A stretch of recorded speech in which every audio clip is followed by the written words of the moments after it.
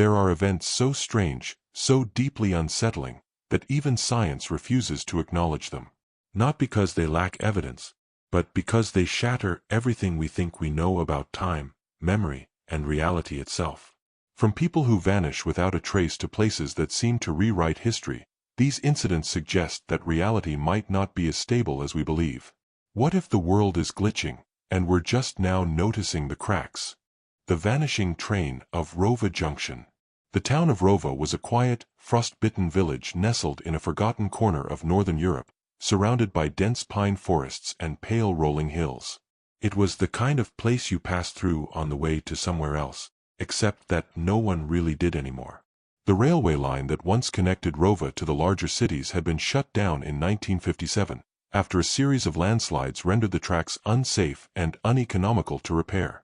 Rova Junction, the local station, had been left to rot, its paint peeled, its windows shattered by decades of storms and mischief. It began on a November night in 1996. Marta Ilves, an elderly widow living a few hundred meters from the station, swore she heard the unmistakable sound of a steam whistle echo through the valley. It was sharp, mournful, and cut cleanly through the sound of the wind. Curious, she stepped outside, her shawl wrapped tightly around her shoulders, and stared into the darkness. What she saw chilled her more than the cold ever could. An old black locomotive, its brass plates glinting in the moonlight, was gliding silently along the rusted, broken tracks toward the station. But there was no sound of wheels on metal. No vibrations. Just the whistle, and then silence. By the time it neared the platform, the train shimmered, lost its form, and vanished entirely into the night air, as if it had never existed. Word spread fast. Most dismissed Marta's story, calling it the confusion of an aging woman alone in the dark. But 2 weeks later, a couple walking their dog near the same tracks claimed to see the exact same thing. The black locomotive, silent and ethereal, appearing from the northern bend and disappearing just before the station. Soon, sightings increased. Locals began camping near the tracks, especially on foggy nights when the air felt unnaturally still. Cameras were brought. Recording devices. But something strange happened every time. The batteries would drain instantly, the footage would glitch or turn into static, and even analog film would return either blank or oddly double-exposed. A man named Rasmus, a former radio technician, became obsessed. He claimed the train appeared every 29 days, always at 2:13 a.m., and believed it was trapped in some kind of loop, a ghostly repetition of a past event. He started mapping patterns, compiling reports, and eventually convinced 2 friends to join him for a night-long vigil inside the station. Only one of them returned. Lena, his childhood friend, was found wandering the edge of the forest 8 hours later, her coat torn, her eyes glassy, and her speech incoherent. She spoke of lights under the floorboards, voices that came from every direction, and passengers inside the train, without eyes. She recovered physically but never spoke of the incident again. Rasmus and the other companion, Giuseppe, were never found. The authorities opened an inquiry but quickly closed it due to lack of evidence and absence of criminal activity. Locals grew wary. The platform was cordoned off, warning signs were placed along the trail to Rova Junction, and a local superstition bloomed: if you heard the train whistle, you must not look at it directly. Instead, turn around, count to 12, and walk away. Then came the footage. A tourist from Oslo, unaware of the local legends, caught something unusual while testing his new drone near the area. On playback, he noticed a blur in the distance moving along the tracks, a faint outline of a train. No sound. No disruption. Just a slow fade into nothingness. He uploaded it online, and though it only garnered modest attention, it reinvigorated local interest. Theories emerged. Some believed the train was the lost 345B, a model that had derailed in 1953 en route to Rova, reportedly never found. Official records denied such a crash, but older villagers remembered hearing sirens and seeing trucks carrying debris through the woods at night. Others speculated a time rift, caused by electromagnetic anomalies under the station, or that the entire area was built atop a fault in the fabric of reality. A group of researchers from a nearby university installed sensors and EMF detectors in the area discreetly in 2012. They picked up strange signals, irregular pulses in the radio band that matched no known source. One researcher described it as an echo from somewhere that shouldn't exist. But even among skeptics, there was a quiet consensus. Something was not right with Rova Junction. In 2018, a documentary crew arrived to film a special on the phenomena. On the third night of their shoot, one of their thermal cameras recorded a bizarre heat signature approaching the station from the woods, long, narrow, and moving smoothly. But what unsettled them most wasn't the image itself. It was that the crew, while watching the live feed, heard nothing, saw nothing in person, and only discovered the footage during editing. That episode was never aired. Today, the village remains as quiet as ever. The tracks are overgrown. The station has partially collapsed. But on some nights, usually the foggy ones, someone hears the whistle again. A distant, sorrowful call cutting through time, looping forever, from a train that no longer belongs to this world. Locals still speak of it in hushed tones. Children are warned never to wander near the junction after dark. And Marta Ilves, now long past, has a small memorial near the path. Flowers placed by unknown hands, perhaps those who remember. Or those who survived. The Clockmaker's Loop. In the picturesque town of Newfield, Vermont, where the leaves turned a dramatic orange in autumn and the snow sat thick and undisturbed in winter, there lived a quiet man named Harold Griggs. He was the town's clockmaker, a profession passed down from his grandfather, who had opened the modest shop on Main Street in 1891. Harold, a wiry man with sharp eyes and a steady hand, was well liked and often seen riding his bicycle with a leather satchel filled with watch parts. But after a while, people began to notice something strange. Every third Monday of the month, Harold behaved exactly the same. At first, it was dismissed as routine. Many elderly residents followed a structured life.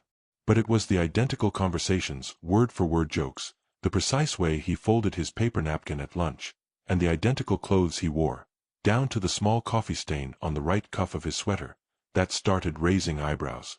Laura Myers, who ran the diner where Harold took lunch, was the first to say something out loud. "He asked me about the price of pumpkin pie 4 Mondays in a row," she told her co-workers. Same words. Same expression. Same tip. He didn't remember asking me the last time. It became a kind of local mystery. People would make small bets on what Harold would say next on those particular Mondays. A few even tried interrupting the routine. One customer spilled coffee near Harold's usual table. He looked up, paused for a beat, then continued his sentence as if the spill had never happened. It wasn't just repetition. It was a perfect reenactment. By year 3, concern turned into fascination. Harold, when questioned, seemed unaware of any repetition. He insisted he lived every day normally. Yet the evidence was mounting. A local journalist, Derek Poe, decided to document the event. He followed Harold for a full day, filming him entering his shop, speaking to customers, tuning a grandfather clock, buying bread from Lacey's bakery, and finally walking to the town square and sitting on the exact same bench at 3:47 p.m. The next third Monday, Derek followed him again. Every gesture, glance, and sentence matched. Word for word. Frame for frame. When Derek confronted him with the footage, Harold grew pale and confused. "I don't remember doing any of this," he whispered. "Are you saying I'm acting?" "No," Derek replied. "I'm saying you're repeating." That week, Harold vanished for 2 days. When he returned, he looked shaken. He avoided eye contact, refused to work on any new clocks, and told customers he needed a break. But on the next third Monday, he was back, repeating every action exactly as before. Even the color of the clouds in the sky seemed to match the earlier footage. Some locals joked that maybe time itself was folding around Harold. In early spring, a group of researchers from Dartmouth College heard about the phenomenon and requested to examine Harold's routine. They installed discrete motion sensors and atmospheric readers along his route. The results were baffling. On those Mondays, local magnetic fields spiked in subtle, localized ways. Even more unsettling, the wind measurements were identical. The temperature varied no more than 0.1 degrees. Harold's watch, which he had built himself, always ticked half a second behind the official atomic time for exactly 12 hours, then suddenly resynchronized. One of the scientists, Dr. Amanda U. Rev, postulated that the phenomenon was not caused by Harold, but centered around him. It's as though the world is conforming to his loop, she noted. Not the other way around. Harold refused to be tested directly. He said he felt tired, more than usual. Something's watching, he mumbled one night at the diner. Behind the ticking. I think it sees me when I repeat. Then came the final Monday. On that day, Harold deviated. He didn't wear the sweater with the stain. He didn't buy bread. He closed the shop before noon and walked directly to his home on Elmer's Lane. A few curious locals followed him discreetly. Some say they saw him carrying something wrapped in canvas, long, rectangular, metallic. He entered his house and wasn't seen again. That evening, his neighbor, Judy Albright, reported a strange hum coming from Harold's basement. It started at exactly 3:47 p.m. and ended at 4:13. She described it as a low, resonant drone that made the walls buzz. She knocked, but no one answered. The next morning, Harold was gone. His shop was locked, the lights out. Inside, all the clocks were stopped, every one of them frozen at 3:47 p.m. His home was untouched. His mail stacked neatly. But in his basement, they found something no one could explain. It was a machine. 6 feet wide, mounted against a wall like a great, mechanical eye. Gears turned inside of it, very slowly, but there was no power source. Dozens of copper coils ran into the walls, but none were connected to the home's electrical grid. A small brass plaque on the center read, "To bend time is not to master it, only to borrow, and the debt is always collected." A local engineer who examined the device fainted after inspecting the interior. When he recovered, he refused to speak about what he saw. To this day, Harold Griggs has never been found. His bicycle remains locked to the post outside his shop. Every third Monday, some say the clocks in town tick slightly out of sync. Some say they hear the faint sound of gears turning in the wind. A few even swear they see Harold, just for a moment, riding down Main Street, always turning the same corner, always fading away before reaching the square. No one knows what he built in that basement. No one knows what he touched.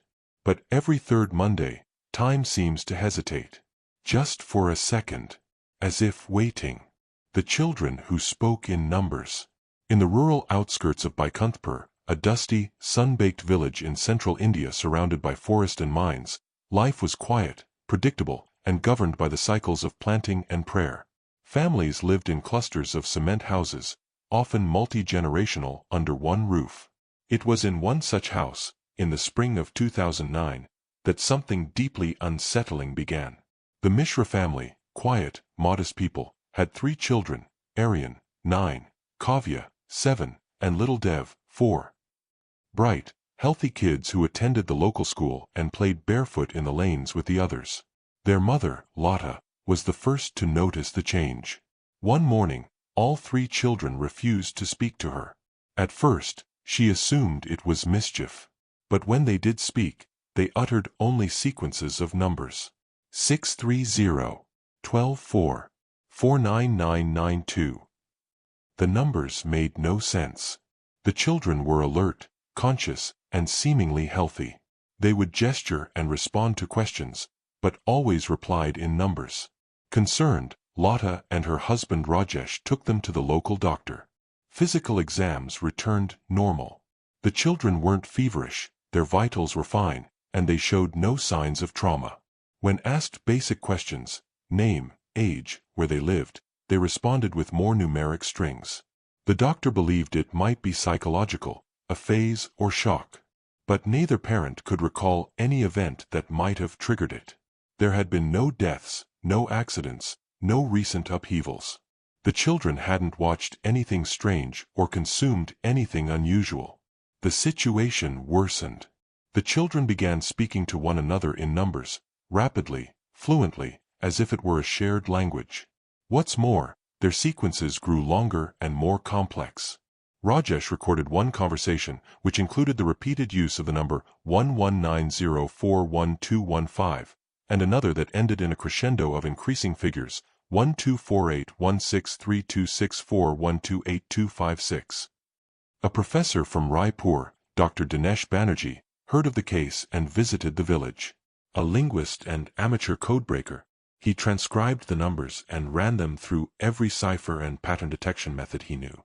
The results? Inconclusive, but disturbing. Some of the number sequences, when converted using basic alphanumeric substitution, corresponded to dates that later turned out to match local occurrences: a transformer blowing in the village, a shop fire, even a minor earthquake felt hundreds of kilometers away. And then something stranger happened. On May 3rd, Dev, the youngest, walked to a neighbor's home and softly said, 5182009. West corner. Dig. The neighbors, puzzled, relayed this to Rajesh. The next day, a group gathered at the west corner, the edge of the playground where the children played, and dug a shallow hole. There, they uncovered a rusted box containing old family documents that had gone missing 2 years earlier in a house fire.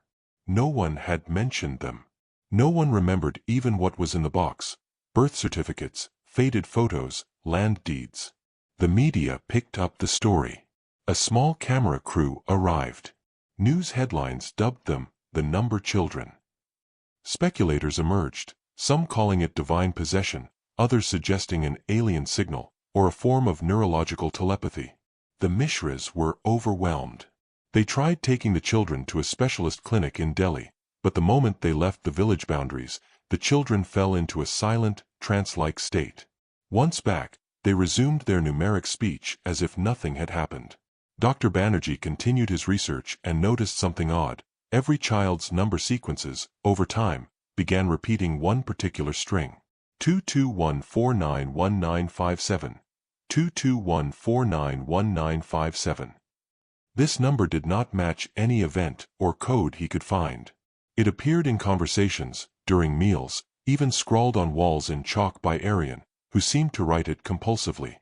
Eventually, he typed it into an outdated government database, and got a hit.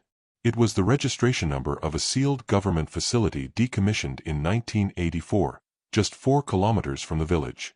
The site had been used for early seismic monitoring and experimental signal research during the Cold War. Supposedly abandoned, its records were scarce and partially redacted. Locals vaguely remembered trucks entering and leaving at odd hours. Some said there had been a cave-in. Others claimed it was a radiation testing site. None had been near it in years. Vegetation had overtaken the entrance, and official access was prohibited.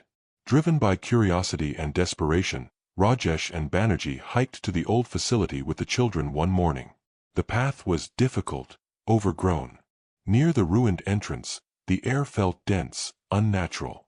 The children stopped and simultaneously whispered, "It's still on." That was the last day they spoke in numbers. When they returned to the village, they seemed normal, confused, but responsive. Aryan asked for water. Kavya clung to her mother and cried. Dev simply went to sleep for 14 hours straight. When asked about their numeric language, they remembered nothing. Doctors re-examined them. Nothing abnormal. But all three shared a strange fear of electronic devices. Any buzzing or beeping sound made them flinch. Aryan refused to enter any room with a clock. Dev cried whenever the TV was turned on. Banerjee filed a report, but much of his research was lost in a lab fire 2 months later. He retired the following year and never spoke of the incident again. Today, the children are grown. They live quietly, out of the spotlight. Aryan is a schoolteacher.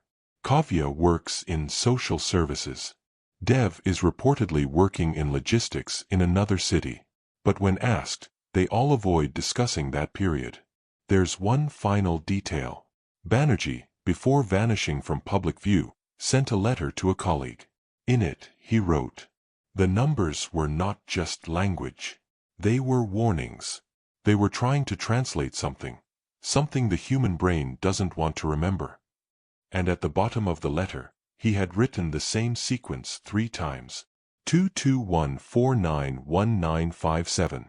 The Man Who Arrived Twice.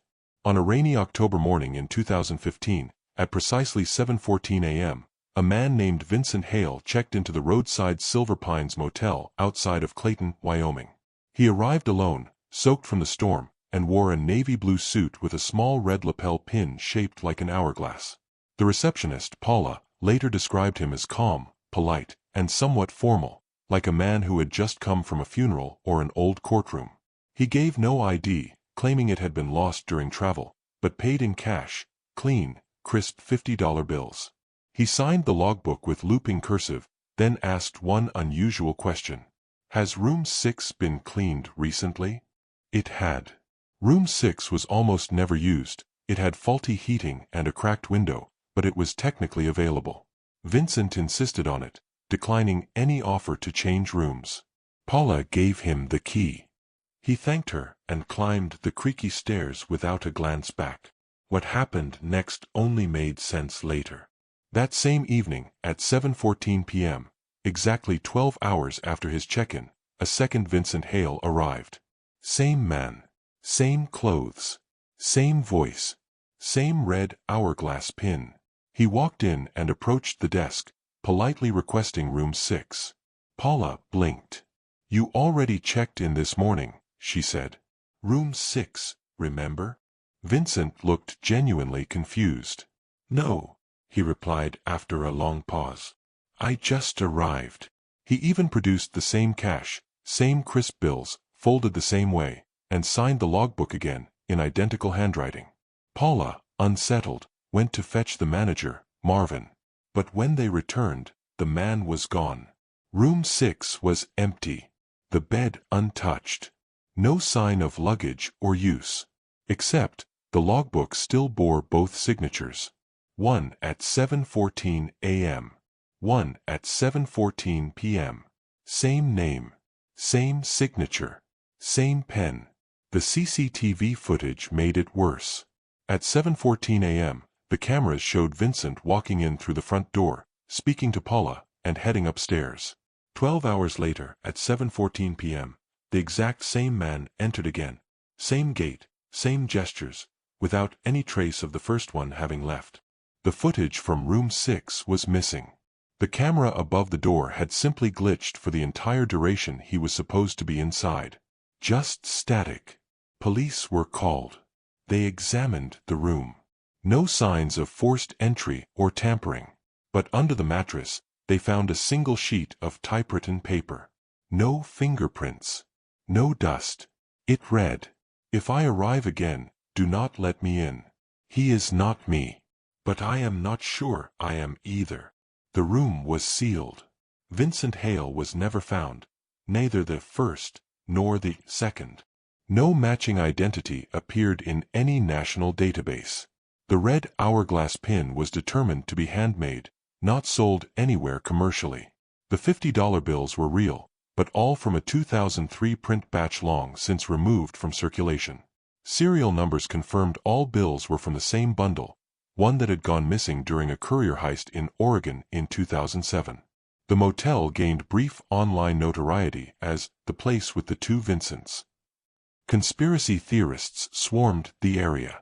Time travel forums speculated he was caught in a loop. Others believed he was part of an experiment gone wrong, a test subject escaping some hidden facility or alternate dimension. But then, something even stranger happened.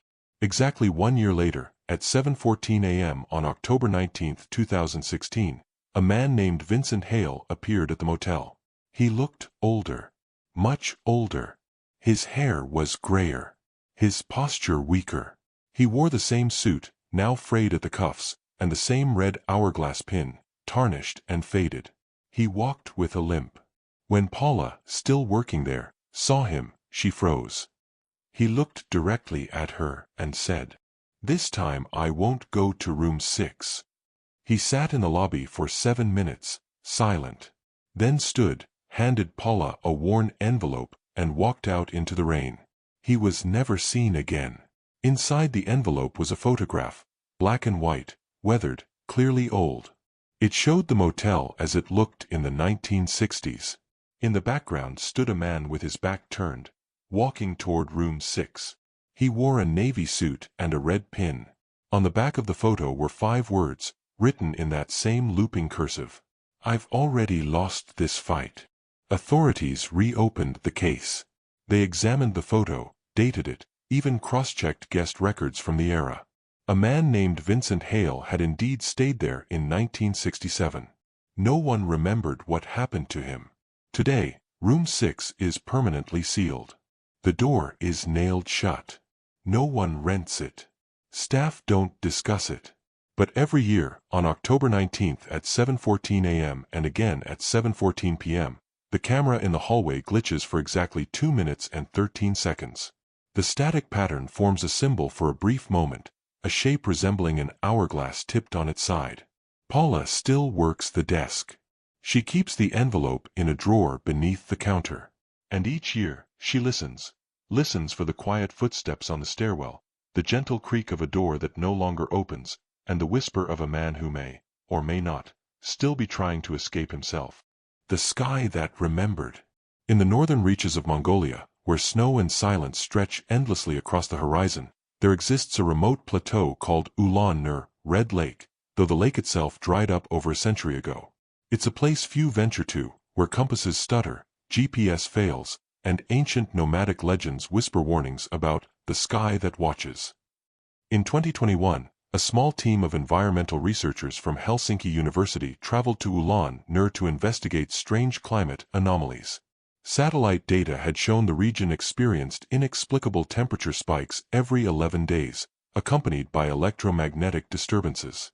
The team consisted of 5 members: Dr. Lisa Ranta, team lead, atmospheric physicist; Jacob Varala, climatologist; Petra Kalas, geologist; Vaiko Niemi, technician; and Tarja Koskinen, field medic and drone operator. They set up a modest base camp near the dry basin and began routine observations. The first oddity wasn't in the sky, it was beneath it. Their instruments picked up faint low-frequency sounds, almost like whispers, beneath the static hum of wind. At first, they assumed it was equipment interference. But even with the instruments off, they could still hear it. Especially at night. Especially when standing alone. The second anomaly arrived on the 6th day. At exactly 3:07 a.m., the sky changed. Not the stars, they remained in place and fixed, but the atmosphere around them. A translucent shimmer spread across the heavens, like oil on water. It lasted 47 seconds. Everyone witnessed it. Cameras recorded nothing but a brief, inexplicable flicker. The following morning, Tarja discovered something deeply unsettling while reviewing the drone footage. Aerial shots from before their arrival showed 5 figures, identical to them, standing in the exact positions they had stood in on their second day. Same clothes. Same posture. But the footage had been time-stamped 5 days before they'd even reached Ulan-Nur. Confused and shaken, they considered the possibility of a file corruption or pre-staged hoax. But no one outside their team had access to the drone data. And the shadows in the video matched the actual positions of the sun for that specific day. On the 11th day, the day the next anomaly was expected, they set up every camera, sensor, and live uplink available, determined to capture what was happening. At 3:07 a.m., the sky shimmered again. This time for 91 seconds. During that minute and a half, their equipment shut down. All power failed. The sky seemed to throb. Petra, who had been staring upward, collapsed without warning. Her pulse dropped, and she remained unconscious for several hours. When she awoke, she spoke a sentence in perfect Khalkha-Mongolian, a language she did not know. "We left something here that remembers." The next day, Petra refused to speak further about the event. She reported dreams of mirror versions of their team walking in reverse, mouths moving in silence, under a frozen sky that pulsed like a heart. Dr. Ranta made the decision to leave the area immediately. But that night, before they could break camp, Vaiko vanished. No footprints. No sign of struggle. His sleeping bag untouched. His boots still inside the tent. Gone. A desperate search revealed nothing. But the drone, hovering near the basin, captured one frame of something on its infrared lens. A human shape, standing alone in the middle of the dry lake bed, looking up at the sky. When Jacob enhanced the image later, the figure appeared to be Vico, but the heat signature was wrong. It wasn't warm enough. Like a recording, not a person. They fled the next morning. Back in Helsinki, their findings were dismissed. The data scrambled. Video files were corrupted. Audio full of static. Petra, who had spoken fluent Mongolian in trance, now denied knowing the language at all. Worse, she had begun to lose other memories, forgetting people's names, even parts of her own childhood. A neurologist diagnosed her with dissociative amnesia. But Dr. Ronta knew something was wrong. More than wrong. It was as if Ulan-Nur had reached into Petra's mind and erased what it didn't want remembered. In her final report, Dr. Ronta wrote something that was later redacted from public archives. A single sentence slipped into the margins. Ulan-Nur is not just a place. It is a memory. A memory that replays us until we stop watching it. In 2023, Petra went missing. Her last known GPS ping came from Mongolia, near Ulan-Nur. Authorities sent a small drone team to investigate. The footage returned, strangely uncorrupted, shows a single frame of a woman walking barefoot across the basin. She looks directly at the drone, smiles, then vanishes into the shimmer of air as the sky above ripples gently,